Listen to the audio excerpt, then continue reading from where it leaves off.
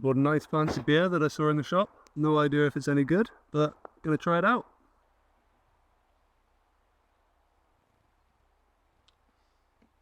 Well, I just spilled most of it on the first sip, but yeah, that's how it goes. Well, welcome to the channel, guys. This is going to be my first ever episode of doing outdoor activities. And of course, I've got my big beautiful dog here to join me on this journey. So yeah, let's see what we can do. So for anyone wondering where I am exactly, really swampy, sort of marshy, overgrown sort of environment. And I bet at this time of year, especially in heat like this, the wildlife must absolutely flourish.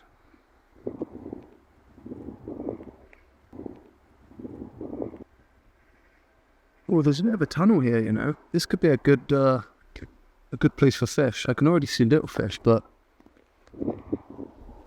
thought I lost the dog, had a heart attack. There is a main road just over there, so yeah, I got very scared.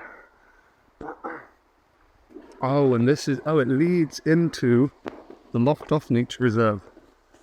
So that bit over there is locked off from a gate with no public access, which is fine. You gotta give the wildlife its space and all that. But yeah, I wonder what sized fish there would be in here. I can't imagine they'd be too big. So the plan is to try and catch, cook and eat whatever fish I can, ideally like a trout or something because they taste the best, and do all of that with just a line and a hook, and obviously a little bit of bait that I'll be able to find, or I hope I'll be able to find some. So yeah, it's not a crazy good plan, but I don't claim to be a crazy good fisherman. In fact, I don't claim to be a fisherman at all. My experience with fishing is quite limited, but I've gone a couple of times with friends, so I get the gist of it. You know, you chuck your line in, you catch a fish, Bob's your uncle, eh? That's it. So yeah, let's get cracking. So I've just been walking a little while, and I've come across these little beauties here, which are crab apples. And since I'm going to be cooking, I think I'm going to take one of these. Oh, one fell off, there we go. That means that one's definitely ready, I guess. So yeah, maybe we'll add this to our meal later. We'll have to see. Alright guys, I think this is the spot here. This seems like a decent place to make a fire on the concrete and all that. Nice little flowing stream here. So yeah, this is going to be the spot. Right, here it is guys, the primitive wad, hook and bait. See if we can catch anything.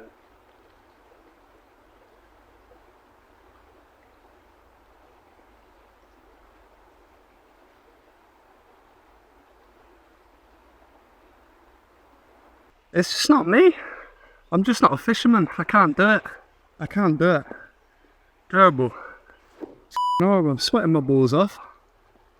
Oh, I didn't even catch anything. Yeah, great. Good time.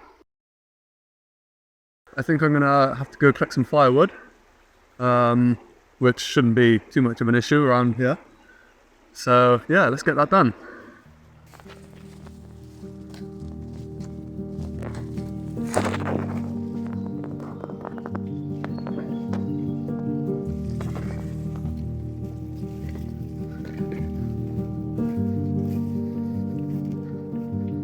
Oh, I think we just hit the jackpot here, guys.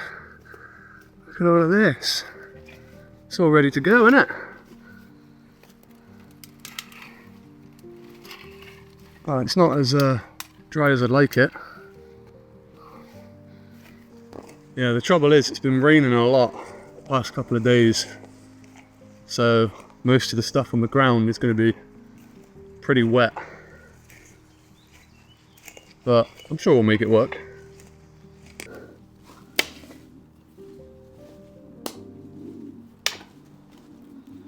Do you want a stick? Do you? Do you want a stick? Go get it then. I think that was a bit deeper than she thought. Bring it back then. Bring it back. Well, she doesn't want to bring it back. So I think the hardest thing about making a fire is getting it started, of course.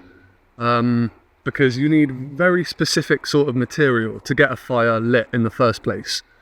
It has to be very fine and it has to be very dry.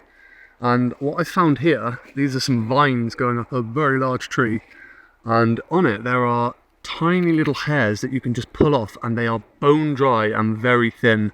And I've never tried this before, but I know for a fact this is going to be absolutely perfect kindling. So I'm just going to fill my pockets with this stuff here.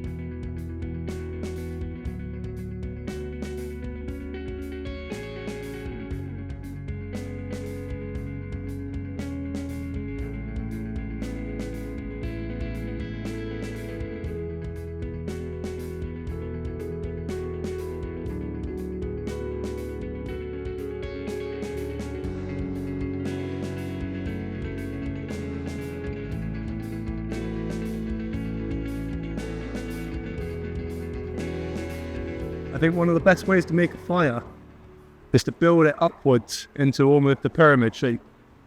Because then the heat's going to set other stuff on, other sticks on fire, and it's just going to snowball from there, really. So, yeah, this is the only type of fire I choose, anyway. This is looking great so far.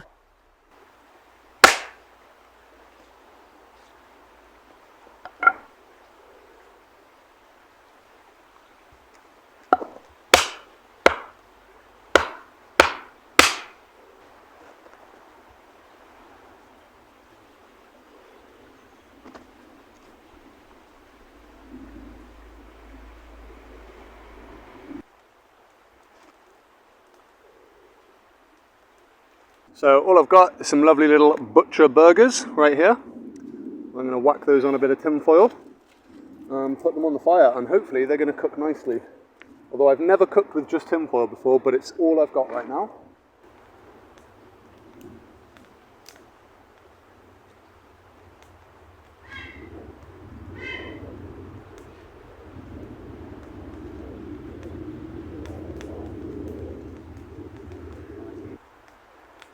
Get a little patty out, and whack it on. So this is definitely a bit unorthodox as far as cooking burgers goes, but I'm just making do with what I've got right now.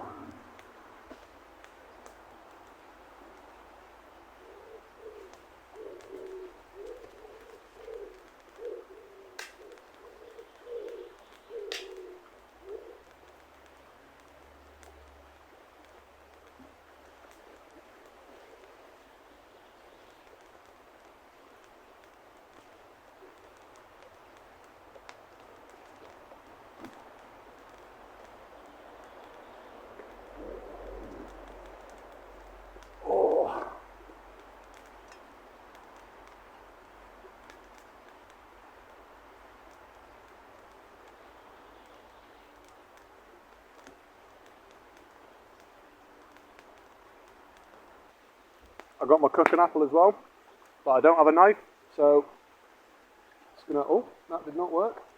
Oh, that definitely didn't work. Right, let's try that again. Maybe we can just squeeze it there. There we go. Never cooked a cooking apple in my life. But hey ho, there's a first time for everything.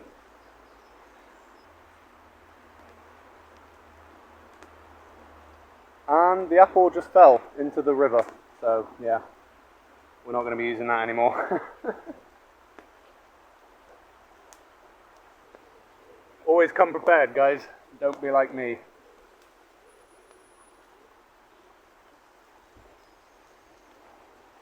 So as you can see, this one's cooking on one side but not the other, the one half and not the other, which is a bit not ideal. But once the flames die down a little bit, it'll all start to cook evenly, so it's going to be fine. So yeah, we're well on our way to a meal here.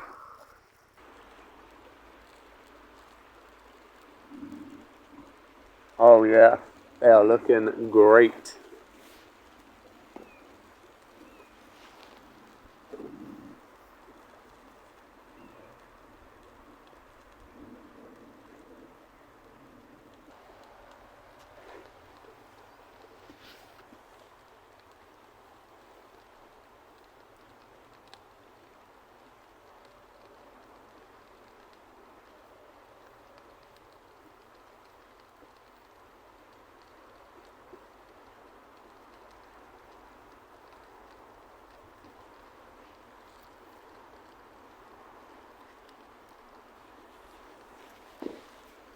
I really think this one's done, to be honest. I mean, I think they're both done, really. I just like my meat overcooked a little bit, really.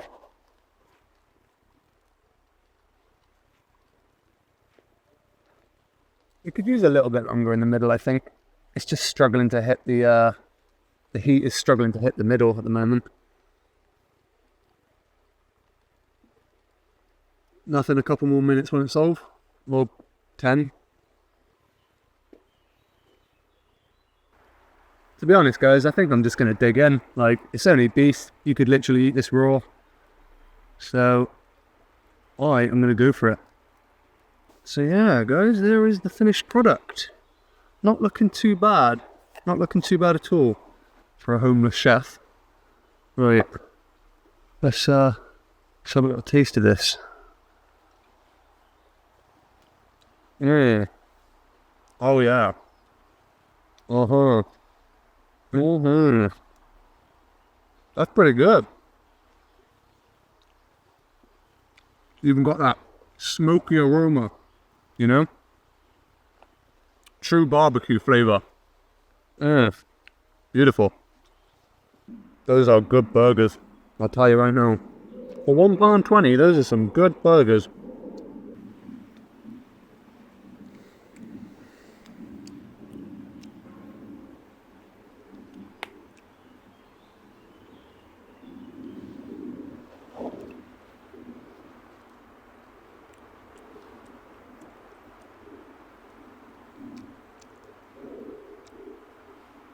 Oh, that smoky flavour. So good. So good. I think I'm going to give the rest of this to the dog. They're surprisingly filling, but not just that. I also like to share the food I cook with my dog. Oh, is that yummy?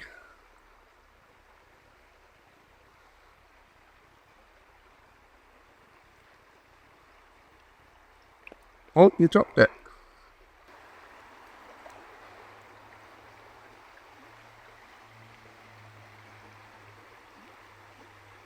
Oh, beef burger. Is that yummy? Well, I'm going to get going from this spot, and before I do that, it's important to put the fire out and dispose of it as best as I can.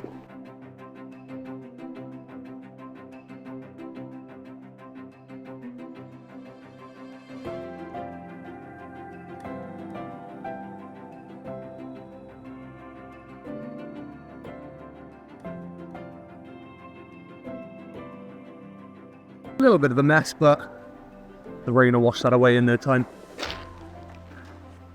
Well, that was a lovely little snack, if I do say so myself. Probably not the best way you've seen anyone cook burgers before, but you know, you got to make do with what you got sometimes. This place here is absolutely stunning. It's got to be one of the nicest places in the area that I live in. Absolutely gorgeous. Heaps of wildlife around here as well. That's why it's extra important to keep it respectful and all that. Even got some swans down there.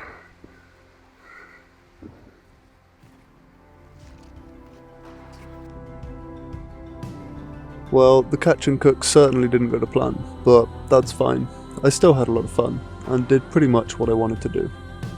But if you do enjoy this kind of outdoor content, then be sure to subscribe. There'll be a lot more coming, and hopefully I'll see you there.